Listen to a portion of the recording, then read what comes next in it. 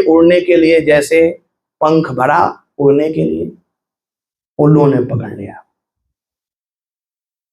जब उल्लुओं ने हंस को पकड़ लिया तो कहा हंस ने कि भाई हमको तो बख्शो, अब तक तो तुमने हमारी पत्नी को पकड़ा था, अब तुम हमको पकड़ लिए, अब हमको तो छोड़ो। उल्लुओं ने कहा छोड़ तो देंगे, एक बात बता दो, तुम दोनों के दोनों पेड़ पर चर्चा क्या कर रहे थे?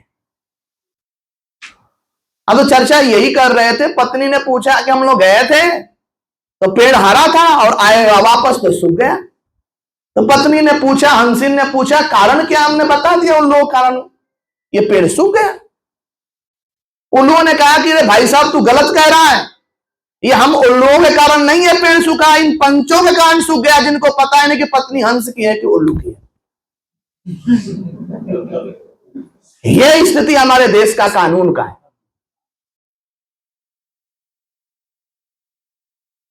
जिस देश के अंदर यह सिद्ध करना पड़ा हो कि राम की जन्मभूमि है, बाबर की नहीं है, और सिद्ध करने में एक दिन नहीं वर्षों वर्ष समय लग गया। आप सोच सकते हैं जिस देश के अंदर यह परिकल्पना करना पड़ा हो, समझाना पड़ा हो कि यदि राणा प्रताप महान है तो अकबर, अगर अकबर महान है तो राणा प्रताप कौन है?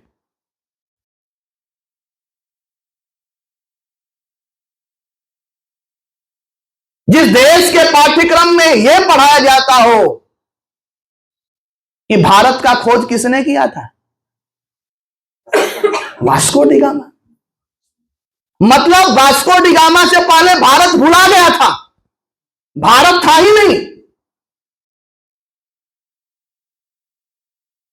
जिस देश के बच्चे ये पढ़ रहे हो कि भारत का खोज वास्को डी गामा ने किया, जिस देश के बच्चों को यह पढ़ाया जाता हो,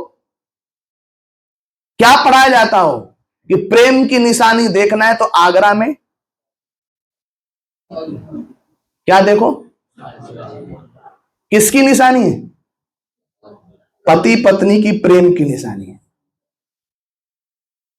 यह बताया जाता, कभी यह नहीं बताया जाता कि प्रेम की निशानी पति पत्नी का देखना है तो जाओ रामेश्वरम के अंदर जो समुद्र पर बना हुआ सेतु है उसको देखो।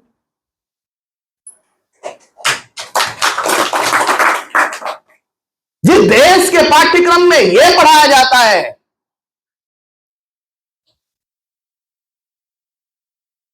कि दे दी हमें आजादी बिना खड़ग बिना ढाल, साबरमती के संत तूने, मतलब अगर खड़ग और ढाल के बिना आजादी आ गई चरखा चलाने से, तो मोदी जी को क्या जरूरत इतने महंगे महंगे हथियार खरीदने को?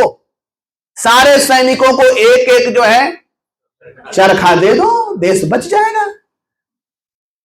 धागे से बांध देंगे, धागे से बांध देंगे। क्या जरूरत है इतने बड़े बड़े मिसाइल खरीदने के लिए? व्यर्थ पैसा खर्च हो रहा है, एक चरखा दे दो। कहने का तात्पर्य यह है कि आप जान सकते हो, समझ सकते हैं कि भारत का शिक्षा व्यवस्था इतना गिरा हो सकता है कि जहां अपनी देश की सभ्यता संस्कृति से उल्टी बात पढ़ाई जा रही है।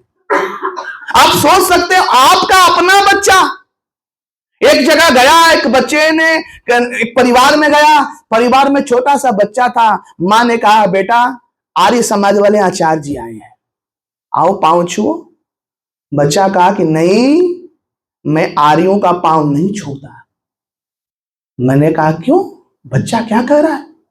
कह रहा कि नहीं, ये आर्य आक्रमणकारी थे, इन्होंने हमारे ऊपर आक्रमण किया है, हम इनके पांव छुएंगे। आपका बच्चा, अपना बच्चा, उसके दिमाग में कौन भर दिया कि आर्य आक्रमणकारी थे, उन्होंने आक्रमण किया, लूटा, उन्होंने तुम्हारे ऊपर यहां के मूल निवासियों को के साथ अन्याय किया। आज यही तो पढ़ाया जा रहा है डिस्कवरी ऑफ इंडिया में। क्या पढ़ाया जा रहा है? आपका अपना बच्चा को यह नहीं समझ में आई कि आर्य कौन थे। जब आर्य बाहर से आए तो इस देश का नाम आर्यावर्त कैसा पड़ गया? और जब जहां से आए थे वो कहां से आए थे? उसका इतिहास क्या है?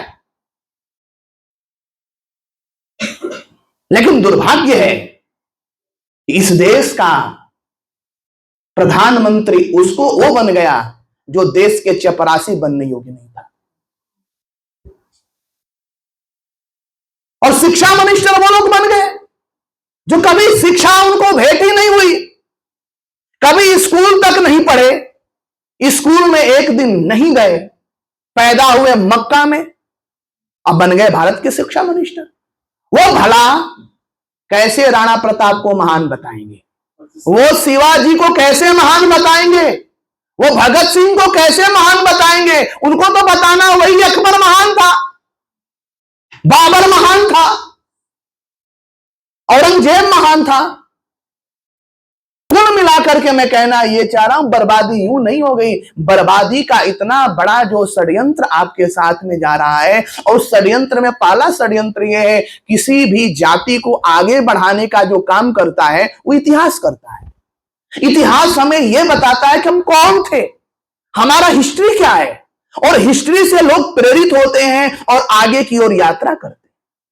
और जिस देश की हिस्ट्री दूषित हो, इतिहास ही गंदा पढ़ाया जा रहा हो, तो भला वो देश का नौजवान कहां जाएगा? वो तो यही सोचेगा ना, आपका नौजवान आपसे सवाल कर रहा है। एक बच्चे ने सवाल किया, गुरुजी ये बताओ, आप तो कहते हैं कृष्ण महान थे, आपसे कोई सवाल करो। कहा कि कृष्ण करे तो रासलीला, कृष्ण करे तो, और हम करे तो कलेक्टर जी ढीला।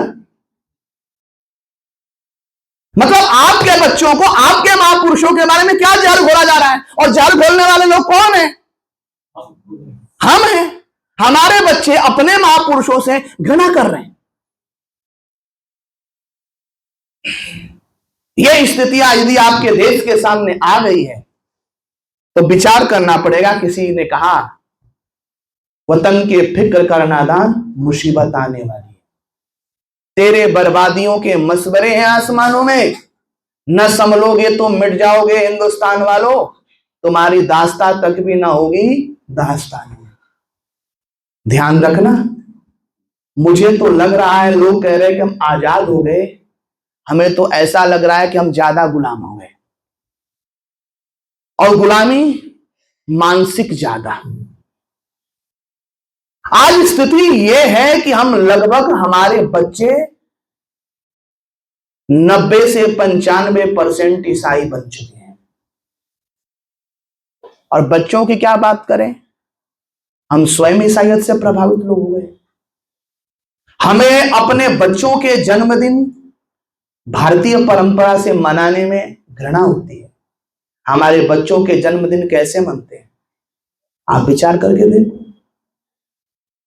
हमारे घरों में जो खान पान है वो हमारी भारतीय परंपरा का समाप्त हो गया, विदेशी कल्चर हमारे घर में घुस गया। हमारे अपने सभ्यता के अनुसार विवाह होते थे, शादियां होती थी, उस विवाह शादियों में भी ये सारे के सारे अपभ्रंश संस्कृति घुस गई। इसके दोषी कौन है? आज ये सारा चुनौती आपके सामने यही कह रहा है कि क्या इसी के लिए भगत सिंह की फांसी हुई थी?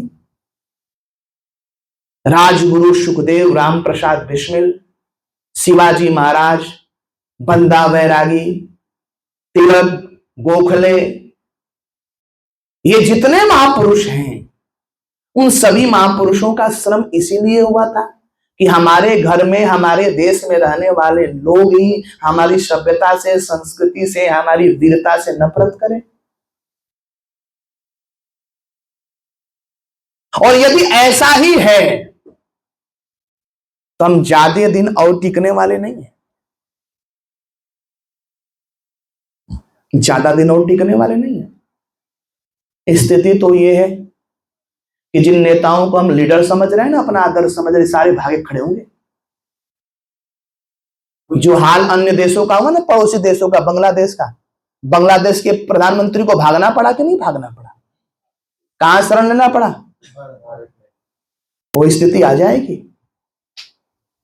अगर हमने वीरों से प्रेरणा नहीं लिया, अपने इतिहास से प्रेरणा नहीं लिया, हमने अपनी सभ्यता को नहीं समझी, संस्कृति को नहीं समझी, परंपरा को नहीं समझा, और यदि अपने इस परंपराओं के प्रति श्रद्धा नहीं है, तो वो हाल वही हो जाएगा कि आपके बच्चे ऐसे ही मौत मारे जाएंगे। वो तो तैयार खड़े हैं।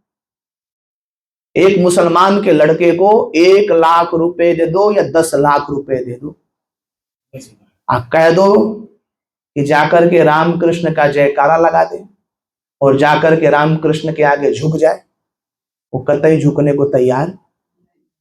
पूछोगे क्यों? वो सीधे कहेगा काफिर हो जाएंगे।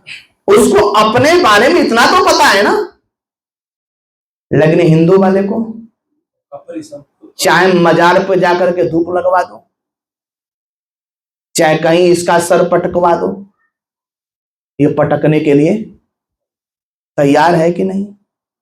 इसके लिए राम कम पड़ गए, कृष्ण कम पड़ गए। अब ऐसे ऐसे बाबा, कोई साईं बाबा आ गया, कोई पीर बाबा आ गया, कोई काला पीर आ गया, जो देश को गुलाम बनाने वाली चीजें उसके पीछे भाग रहा है। यह चिंतनीय विषय है, विचारणीय विषय है कि हम क्या कर रहे हैं। कुछ तो विवेक करें, कुछ तो चिंतन करें। और ये सारी बातें सिवाय आर्य समाज के करता कौन है भाई? आर्य समाज करता इसलिए है क्योंकि आर्य समाज नहीं करे तो करेगा कौन? आर्य समाज तो बनाया इसलिए है संसार का उपकार करना इस समाज का मुख्य उद्देश्य। संसार का उपकार तो तब होगा ना जब हम अपना उपकार कर पाए, और अपना उपकार तो तब होगा ना जब हम सही को जाने, सही क्या है, गलत क्या है, और सही गलत को बताने वाला चीजें क्या है। इसलिए हम क्या थे, क्या हो गए, क्या होंगे, अभी आओ बिचारे बैठ के समस्याएं सभी। ये हम क्या थे, हमारा गौरव क्या था, इतिहास क्या था, परंपराएं क्या थी, आज हम कहां हैं। ये पुण्य भूमि प्रसिद्ध है जिसके निवासी आर्य थे, शिक्षा कला विद्या के जो दुनिया के प्रथम आचार्य थे। संतान उनकी आज यद्यपि हम अधोगति में पड़े, पर ऊंचता के आज भी कुछ हैं, उनके पांव पड़े, आज उनके ऊंचता के कुछ ना कुछ निशाने तो मिलता है। तो आज हम सभी को विचार करना है, समझना है, और समझ करके यही मंथन करना है कि हम बोलना सीखें। क्या सीखें? सबसे पहली ताकत होती है बोलना। हम एकजुट होकर के सत्य तो बोलें। अन्याय इसलिए बढ़ता है कि अन्याय के खिलाफ बोलने वाले लोग मौन हो जाते हैं। पहले हम बोलना सीखें, सत्य को बताना सीखें, और सत्य के लिए दृढ़ होएं। और जब आप दृढ़ होंगे, संगठित होंगे, तो उसका परिणाम होगा। और इस परिणाम के लिए हम सभी को संगच्छध्वम संवदध्वम संभो मनांसि जानताम के पाठ को हम सभी को पढ़ना पड़ेगा। जितना मुझे समय दिया गया था वो समय की सीमा लगभग पूरी होती है। कहानी तो बहुत लंबी है, 3-3 घंटा 4-4 घंटा चले तब भी इसका कोई हद नहीं है। बस इतना ही है कि हम इस पर मंथन करें, विचार करें।